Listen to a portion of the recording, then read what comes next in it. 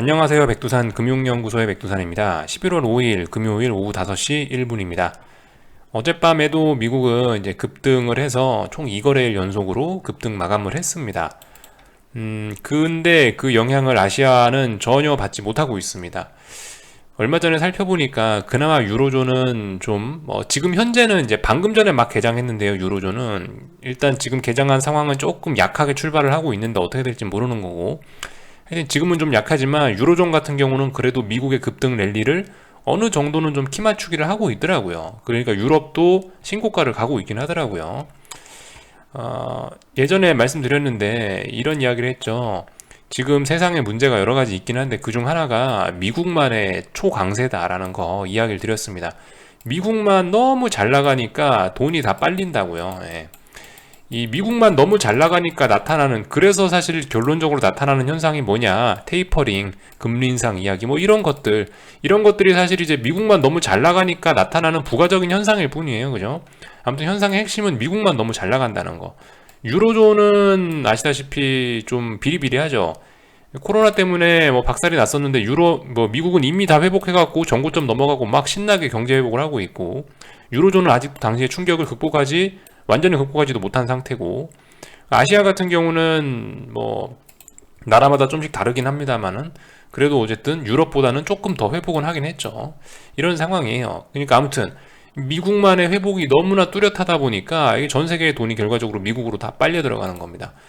근데 방금 이 이야기를 드렸다시피 유로존은 그래도 미국의 랠리를 어느 정도 따라가고 있다라는 이야기를 드렸는데, 아마도 이것 때문에 그럴 것 같긴 해요. 이게 미국은 이제 달러라는 기축통화국이고 유로존 같은 경우는 이제 유로화라는 단일 화폐를 쓰다 보니까 이 유로화를 쓰는 통화권이 상당히 큰 거죠, 그죠? 그 경제권이 상당히 큰 거죠. 그러니까 준 기축통화 정도 역할을 하고 있는데, 이 단일 화폐를 쓰고 있다는 것 때문에 그래도 좀 미국으로 돈 빨림이 조금 덜 하게 되는 것 같습니다. 근데 이제 아시아는 여러분들 아시다시피 한중일 전부 다 따로 따로 놀고 있기 때문에 이게 뭐 그냥 뭐 미국이 좋다 그러면 그냥 돈이 싹싹 다 빨려 나가는 거죠. 신나게 빨려 나가는 거죠. 유로존도 돈이 빨리긴 빨리지만 아시아만큼 빨리지는 않는 것 같고요. 그래서 하여튼 뭐 이런 이야기들을 좀 드려봤습니다. 큰 흐름, 그죠? 뭐 인플레이션 이런 것도 중요하지만 어쨌든 결론적으로 이 모든 것의 문제는 미국만 너무 잘 나간다. 이게 이 밸런스가 깨졌다라는 거예요. 전 세계가 다 같이 잘 나가면은 이제 밸런스에 문제가 없는데요. 전 세계가 다 같이 잘 나가면은 달러화도 강세가 될 이유도 없겠고, 뭐 유럽이나 아시아에서 미국으로 돈이 빨릴 이유도 없겠죠. 디커플링도 없겠죠. 근데 뭐 보시다시피 요즘 미국만 너무 강하기 때문에 미국 경제 회복 뭐 이런 게 뭐 인플레이션 우려 뭐 이런 거 날 정도로 굉장히 아무튼 빠르기 때문에, 아무튼 뭐 그게 또 하나의 지금 세상의 문제다라는 거 오래간만에 한번 이야기를 해봤습니다. 예전에 다 드렸던 이야기고요. 오늘 아침에 또 기사 하나 좀 봤었으면 했는데 제가 깜빡해가지고 못 본 거, 김현석의 월스트리트 나오는데 제목은 이렇습니다. 제목은 요건데요. 다 읽어볼 필요는 없고 두 가지만 보고 넘어가겠습니다. 제가 어젯밤에 이제 달러 급등한 이유에 대해서 22 라가르드 총재가 비둘기파적인 이야기를 해서 달러가 급등했다라는 이야기를 드렸는데, 하나 더 있더라고요. 이유가 금리를 동결한 영국 중앙은행이라 써있죠. 예. 어젯밤에 영국 중앙은행이 금리를 동결한 게 영향을 미쳤다라고 합니다. 어제 사실 금리도 어제 미국 10년물 국채 금리도 많이 떨어졌거든요. 솔직히 좀 왜 금리가 떨어졌지라고 이유가 솔직히 좀 저는 잘 모르겠었었는데 이것 때문이었던 것 같아요. 이게 그나마 이제 우리가 될 수 있는 가장 어떤 합리적인 핑계인 것 같습니다. 금리 하락에 대한. 다들 시장이 영국이 금리를 이번에 올릴 거라고 기대를 했는데, 근데 이번에 금리를 동결했대요. 그로 인해서 금리가 떨어졌다라고 하는 설명이 있습니다. 그로 인해서 달러가 급등했다라는 이야기가 있고요. 저는 22 통화정책, 22 라가르드 총재를 핑계로 댔는데 이것도 있었다라는 거 참고적으로 알고 넘어가면 좋을 것 같습니다. 개인적으로 근데 영국이 어쩌고저쩌고 했다라고 해서 미국 뭐 금리가 떨어지고, 솔직히 이게 좀 잘 이해가 그렇게 썩 명쾌하게 되지는 않네요. 왜냐하면 어쨌든 미국이 세계의 기준이거든요. 뭐 영국은 아직 세계의 기준이 아니죠. 옛날에 엄청난 제국이었지 지금은 아니니까. 예. 근데 아무튼 영국 중앙은행 이런 것 때문에 미국의 금리가 영향을 받고 그런다? 뭐 깔끔하지는 않지만 어쨌든 뭐 어느 정도 말이 되긴 되는데 깔끔한 설명은 아닌 것 같아요. 어느 정도 영향은 좀 미쳤겠죠. 이 정도 살펴봤고요. 아침에 또 저기 오펙 관련된 거 유가 급락했다라는 거 이야기 드리려 했는데 시간이 없어갖고 어떻게 하다 보니까 넘어갔죠. 유가가 어젯밤에 하여튼 또 떨어졌습니다. 그래서 아무튼 원자재 쪽도 잘 보셔야 되겠다는 거 계속 이야기를 드리고 있어요. 지금 우리가 의심을 해볼 때라는 거, 그 자산 네 가지 사이클 그리면서 항상 이야기 해드리죠. 원자재가 이번에 만약에 꺾여버린다면은 이제 그러면 이제 지금 이번에 원자재 꺾이는 게 원자재 사이클이 끝나는 것일 수도 있다. 원자재 사이클 끝나면은 다음 사이클은 위기 후에 채권 쪽으로 이제 돈이 쏠리는 거다라는 이야기 예전에도 많이 드렸습니다. 의심해 봐야 되는 자리죠. 원자재 랠리가 끝나나라는 거 의심해 볼 만한 자리에서 일단 최근에 유가는 강하게 오르던 유가는 쌍고점 만들고 하락해야 될 자리에서 하락하고 있습니다. 그래서 여기 오전에 깜빡하고 이야기 안 한 거 여기까지 이야기를 하고요. 뭐 기사 제목은 블랙록이 어쩌고저쩌고 하는 건데 말씀드렸다시피 그 제가 누구누구의 주장은 그냥 가볍게 보자라고 말씀드렸죠. 주장 중에서 우리가 신경 써야 되는 건 뭐냐? 파월의장의 주장과 바이든 대통령의 주장과 문재인 대통령의 주장과 뭐 한국은행 총리의 주장과 이런 주장들은 이런 사람들의 주장은 주장이더라도 좀 신경 써서 들어줘야 되는데 블랙록 이런 거는 뭐 가볍게 어쨌든 뭐 궁금하신 분들은 읽어보세요. 근데 저는 이런 거 뭐 별로 읽어볼 가치가 없다고 생각합니다. 그래서 패스할게요. 그래서 여기까지 봤고요. 미국 주식시장 이야기는 나중에 하고 오늘 아무튼 그래서 아시아장 흐름 살펴보자면은 뭐 다 같이 하락했다라는 거죠. 일본 같은 경우는 일단 2거래일째 그래서 어느 정도 좀 저항을 만들어 놓은 상황이고요. 어쨌든 여전히 얘도 반등시 매도 관점입니다. 어디서 꺾일지 모르겠는데 일단은 뭐 꺾이긴 꺾일 겁니다. 그래도 이 아시아 중에서 아시아 3국 중에서 제일 선진국이라고 그 미국의 그 상승 흐름을 그래도 가장 잘 따라가고는 있는데요. 아무튼 그래봐야 지가 아직 정고점 부근에도 못 갔다는 게 그죠? 좀 그렇습니다. 일본 뭐 이런 모습이고요. 중국 같은 경우는 어제 말씀드렸다시피 뭐 아무리 장대 양봉이 나와도 여전히 단기 하락 추세 중에 있다라는 이야기 드렸고요. 단기 하락 추세 중에 하락하는 거니까 특별히 이상한 거 없고요. 오늘 뭐 헝다 이런 것들이 또 뭐 급락했다 하더라고요. 그래서 홍콩도 보시다시피 계속 뭐 하락 추세 진행 중이고 특별한 일 없고요. 위안화 살펴봐야겠죠. 위안화 같은 경우는 어젯밤에 달러 인덱스 급등했으니까 얘도 뭐 보시다시피 이런 식으로 오늘 좀 올라왔습니다. 약세 진행되는 거 자연스럽고요. 특별히 이상한 거 없습니다. 그래서 뭐 이런 거 정도 체크하면 되겠죠. 한국으로 그냥 바로 넘어갈게요.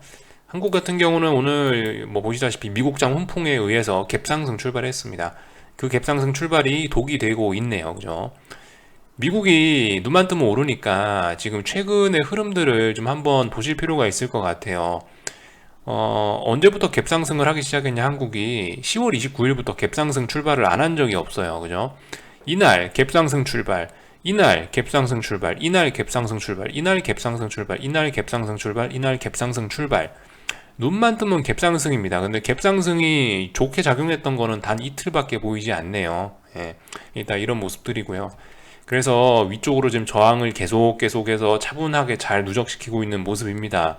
그래서 보통 이제 지금 이제 요거 봉 3개 어디에서 많이 보던 익숙한 패턴이 나오긴 나왔어요. 이렇게 봉 3개 쭈르시 나오고 나서 보통 이제 시장 방향이 꺾이는 게 지금까지 뭐 어떤 일반적인 그런 코스피의 모습이긴 했는데요. 글쎄요, 모르겠습니다. 이제 그래서 미국이 허락만 해주면은 얘는 또 얼마든지 급락도 가능한 그런 모습이긴 해요. 미국이 허락해 주실지 안 해주실지는 저도 모르겠습니다. 근데 일단은 이 정도 해놓으면은 당장 이제 다음 주 월요일 날은 뭐 시장이 급락해도 이상하지는 않은 그런 모습입니다. 오늘 이제 장중에 좀 빠지다가 아래 꼬리가 달리면서 좀 약간 반등을 하긴 했는데요. 근데 이제 그 제 생각에 이제 이런 것 때문에 그런 것 같습니다. 지금 한국 같은 경우는 일단 머리 위쪽에 저항이 굉장히 많거든요. 머리 위쪽에 굉장히 저항이 많기 때문에 위로 올라가는 건 정말 벅차단 말이죠. 정말 벅찬데 아래쪽으로는 지지선이라고 할 만한 게 잘 없어요. 아래쪽으로의 지금까지 흐름을 좀 간단하게 좀 몇 가지를 살펴보자면은 요런 점들을 보시면 될 것 같아요. 지금까지는 말씀드렸다시피 392 요 자리가 어떤 중요한 지지선이었습니다. 근데 이 자리는 이제 요즘 변동성이 워낙 컸기 때문에 하도 뭉개고 하다 보니까 이제 이 자리는 중요도가 좀 떨어져서 다음번 중요한 자리가 어디였냐? 한 391 정도 요 정도로 이제 뭐 중요도가 조금 내려왔었는데 어느덧 이제 중요한 자리가 이제 389 여기 저점 정도가 중요한 라인인 것 같아요. 389.55가 요 날의 저점인데요. 대략적으로 뭐 389.5 정도라고 이야기할게요. 대략적으로 이제 이 자리가 중요한 라인이 됐습니다. 아래쪽으로는 그러니까 뭐라고 할까요? 이 밀려서 자꾸 그 지지력들이 깨지고 있습니다. 다만 급락이 나올 수도 있는데 미국 주식시장이 급등하고 있으니까 급락은 나오지는 않고 있어요. 그냥 힘으로 조금씩 중요한 지지선을 아래쪽으로 밀어붙이고는 있습니다. 그래서 원래 말씀드렸다시피 이런 자리들이 중요한 지지선들이 붕괴가 되면 급락도 할 수 있는데 급락은 하지 않고 있습니다. 그래서 중요한 지지선이 392자리였는데 어느덧 389점 몇 가지 해서 슬슬 며칠 동안 몇 포인트를 그걸 밀어냈고요. 그래서 이제 위쪽으로는 말씀드렸다시피 저항이 정말 많습니다. 뭐 395, 396, 397, 398 뭐 이야기하는 대로 전부 다 저항인데 아래쪽으로는 이제 말씀드린 그 389.5라는 자리 정도가 있고 이거 밑으로는 없어요. 이거 밑으로는 한 380 정도가 그나마 어떤 지지선이 있습니다. 380 정도가 보시다시피 전저점 자리죠. 전저점 자리가 그나마 지지력이 있을 거예요. 근데 그죠. 그러니까 밑에 쪽으로는 이제 지지력이 별로 없어서 여차하면 급락도 가능해요. 근데 미국이 급락을 막아주고 있다라는 이야기 드렸고, 그래서 이 자리가 지지력입니다. 그나마 일단 의미 있는 게 380 부근인데 380 부근이 지지력이 강하냐? 강하지는 않습니다. 뭐 꼴랑 이거래일 어쩌고 저쩌고 하다가 고변동성 상황에서 쑥 올라온 거라 380 부근이 강하지는 않습니다.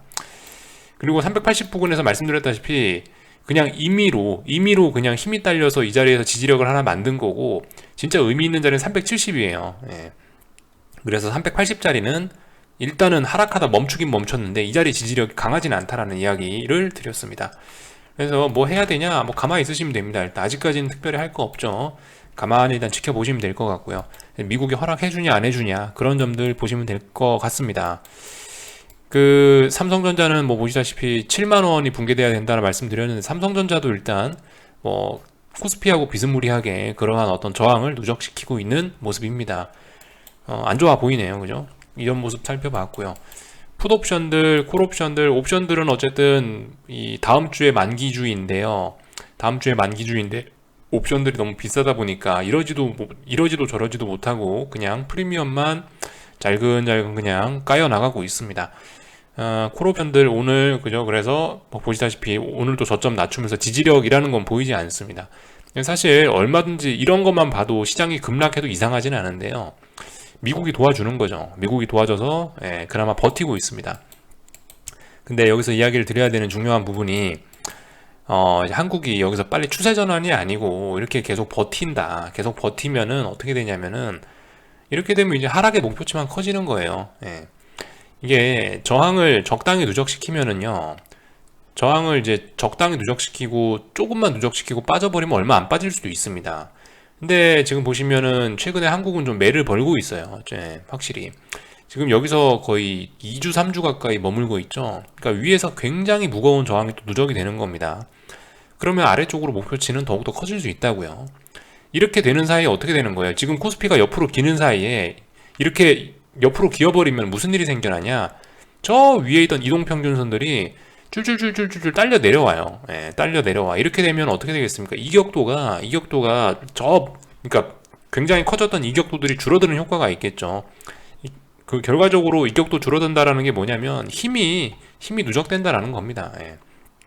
힘이 누적돼서 나중에 이게 한번 터져나오기 시작하면은 정말 크게 갈 수도 있다라는 이야기를 드리고 있습니다. 사실 뭐 지금 코스피가 이렇게 비리비리한 거는 결과적으로 지난 올해 8개월 동안 저항을 누적시켰기 때문이에요. 그죠? 지난 한 6, 7개월, 거의 8개월 가까이 저항을 많이 누적시켰기 때문에 지금 한국은 이 모양 이 꼴이 나는 겁니다. 근데 보시다시피 여기서 지금 또 거의 한 달 가까이를 일해버리면은 빨리 400을 다시 돌파하지 않고 빨리 다시 400을 회복하지 않으면 이거는 진짜 코스피는 굉장히 위험해질 수 있겠죠. 그래서 이런 이야기 드렸습니다. 코스닥 시장은 뭐 오늘 어제의 음봉을 또 다시 극복하는 모습이라서 역시나 그죠? 이렇게 되면은 어제 숏 들어가신 분들은 일단 뒤통수를 끌고 있거나 아니면은 다시 도망 나오시거나 하시는 게 일단 좋긴 좋을 겁니다. 오늘도 연속적으로 코스피처럼 저항을 확인했으면 괜찮았을 수 있는데, 근데 지금 보시다시피 오늘 다시 어제 음봉을 되돌렸기 때문에 이러면 안 됩니다. 그죠? 이러면 숏 보시는 분들 굉장히 안 좋은 거겠죠. 그래서 뭐 계속 말씀드리는데 241선은 깨야지 안전할 거다라는 이야기는 그죠? 그 이야기 계속 드렸습니다.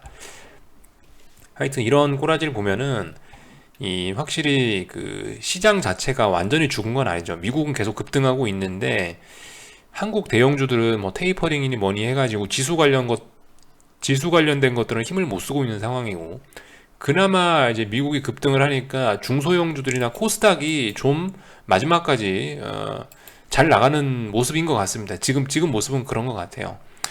여러분들 그 항상 그렇거든요. 보통 이제 상승은 이제 대형주들이 먼저 하고 나서 대형주들이 조금 비리비리하는 사이에 중소형주들이 확 치고 올라온단 말입니다. 그러니까 계속 이렇게 중소형주들이 치고 올라오면서 시장 분위기가 계속 좋게 유지가 되는데, 그죠?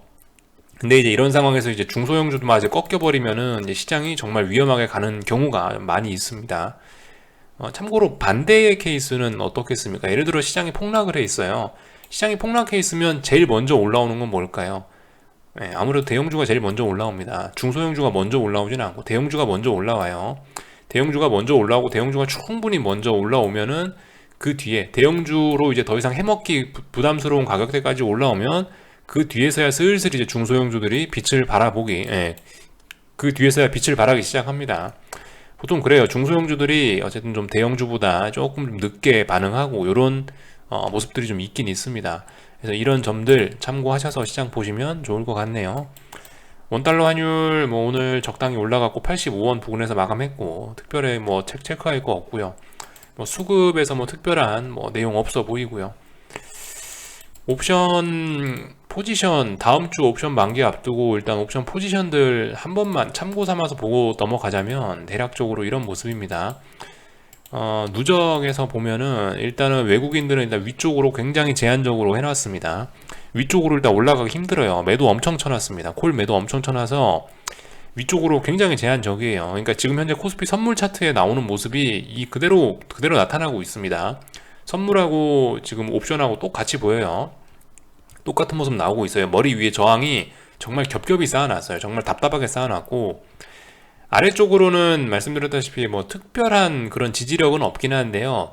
아래쪽으로 제 생각엔 지금 좀 제한적일 수 있는 게, 지금 개인들이 풋대박을 무지무지하게 노리는 것 같아요.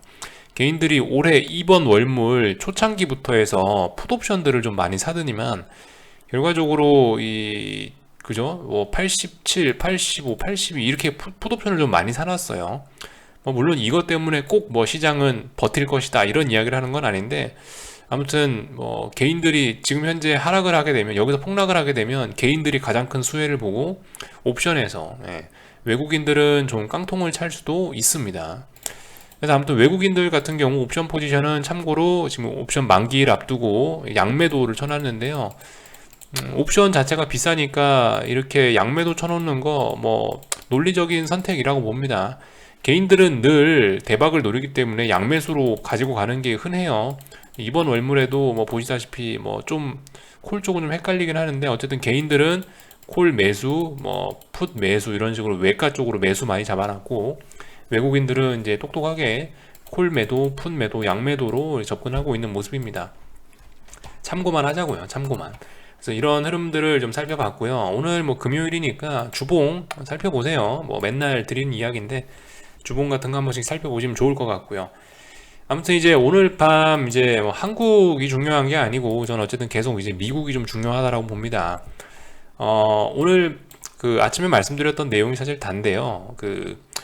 이제 2, 3거래일 연속적으로 더 급등을 이어가 나갈 것이냐, 아니면은 여기서 적당히 이제 오늘 밤부터 여기서부터 이제 저항을 만들어내면서 싸우면서 꺾일 것이냐, 둘 중 하나일 것 같아요. 둘 중 하나일 것 같은데 뭘 선택할지는 저도 잘 모르겠습니다. 다만 여러분들이 이제 신경 쓰셔야 될 오늘 밤에 경제지표 발표가 하나 있죠. 이 경제지표 발표로 시장이 어떻게 된다, 그거는 모르겠습니다만은 이 경제지표를 재료로 해서 시장은 신나게 변동성을 확대시킬 겁니다. 논팜 페이롤스죠. 논팜 페이롤스. 별 3개 붙어 있습니다. 중요한 이벤트라는 거고요.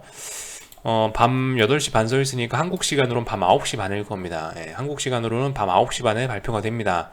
지난번에는 이제 19만 4천이라는 숫자가 나와서 굉장히 쇼킹했죠. 어떻게 나오는 게 좋을까요? 솔직히 만약에 이번에 이게 논팜 페이롤스가 굉장히 높은 숫자가 나온다. 그러니까 고용지표 회복이 잘 되는 쪽으로 숫자가 나온다면은 오히려 이런 상황에서 긴축이 가속화된다라고 시장의 우려를 불러일으킬 수도 있을 것 같아요.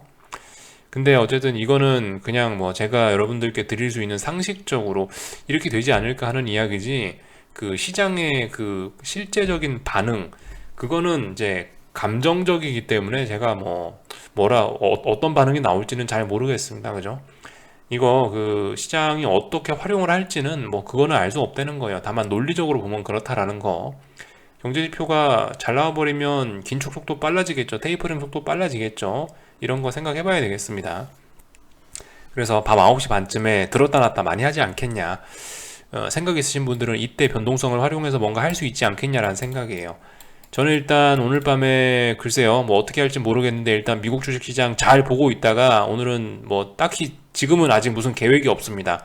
오늘은 무조건 뭘 해야지가 아니고 오늘은 지켜보다가 시장 움직임 보면서 뭘 하든지 말든지 결정을 할 겁니다. 오늘은 잘 모르겠네요. 그래서 일단 오늘 밤도 뭐 좀 밤 늦게 자겠죠. 예, 밤 늦게 잘 것 같고요. 특별하게 뭐 더 이상 드릴 말씀은 없고, 그 빅스 지수가 어젯밤에 지수 상승했는데 올랐다라고 말씀드렸죠. 뭐 이미 여러분들 다 이유는 뭐 아실 테지만은 그래도 잘 모르시는 분 계실까봐 한번 좀 이야기를 드려보자면, 지수가 오르는데도 빅스 지수가 어젯밤에 상승을 해버린 것은 이런 이유가 있습니다. 지금 지수가 하도 오르니까 콜 옵션이 엄청나게 대박이 났다고요. 콜이 엄청나게 비싸지고, 또 그리고 이게 지수 변동성이 이렇게 커지게 되면은 어느 순간이 되면 지수가 아무리 올라도 풋 옵션들이 좀 덜 죽는 경향도 생겨요. 그래서 이래저래 해서 너무 많이 저렇게 올라버리면은 그죠, 콜이 많이 비싸지기도 하고 풋이 좀 덜 죽기도 하면서 이래저래 옵션 프리미엄이 안 빠지고 옵션들이 비싸지는 현상이 생깁니다. 그래서 이렇게 빅스 지수가 올라가는 거예요. 이해 안 되시면 패스하셔도 무방합니다. 하여튼 변동성 지수들이 이렇게 어제 한 3% 가까이, 어제 2% 가까이 올랐는데요. 이렇단 얘기는 지금 미국 시장 콜 옵션들은 진짜 초대박이 나고 있다라는 이야기겠죠. 근데 이 콜 옵션의 초대박이 일반 주식 투자자분들께는 별로 호재가 아닐 수 있을 겁니다. 그래서 이 초대박이 지금 이제 어제 하루 나왔는지 솔직히 잘 모르겠습니다. 이게 제가 미국 옵션 차트를 직접 본 건 아니라. 근데 아무튼 더 이어질 수도 있어요. 뭐 하루 이틀 정도 더 이어질 수도 있고, 아니면 오늘 밤에 적당히 멈출 수도 있고, 그 부분을 모르니까 저는 이제 오늘 밤에 열심히 좀 이제 밤 늦게 자면서 그런 점을 좀 살펴보면서 베팅을 할지 말지 결정을 해야 되겠죠. 그래서 여기까지 이야기 드렸습니다. 한 주간 수고들 많으셨고요. 궁금한 거는 리플 남겨주시면 되겠고요.